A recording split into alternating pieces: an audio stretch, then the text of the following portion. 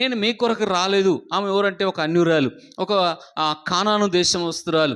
అలాంటి చాలా దుఃఖంలో ప్రభు దేవుని దగ్గరికి వచ్చింది. అప్పుడు ప్రభు అంటున్నాడు, నేను నశించిన ఇశ్రాయేలు యుద్ధకు వచ్చాను, నేను నా ప్రజల యుద్ధకు వచ్చాను, నీ కొరకు నేను రాలేదు అని ప్రభు చాలా స్పష్టంగా చెప్తున్నాడు. అప్పుడు అలా చెప్తున్నప్పుడు కూడా ఆమె మరలా మొక్కుతుంది. ఇశ్రాయేల్లో కూడా అంత చక్కగా దేవుణ్ణి ఆరాధించలేదు, కానీ ఈమె సాగిలప్పుడు ఆయన మొక్కుతూ చూడండి. నేను పంపబడని చెప్పాను, ఆయన వచ్చి అయినను ఆయన చెబుతున్నా, అయ్యా అమ్మా నేను ఇశ్రాయేలు కొరకు వచ్చాను, నా పిల్లల కొరకు వచ్చాను చెబుతున్నా, వాళ్ళే నా వారసులని చెబుతున్నా, అయినను ప్రభు దగ్గరికి వచ్చి మ్రొక్కి చూడండి.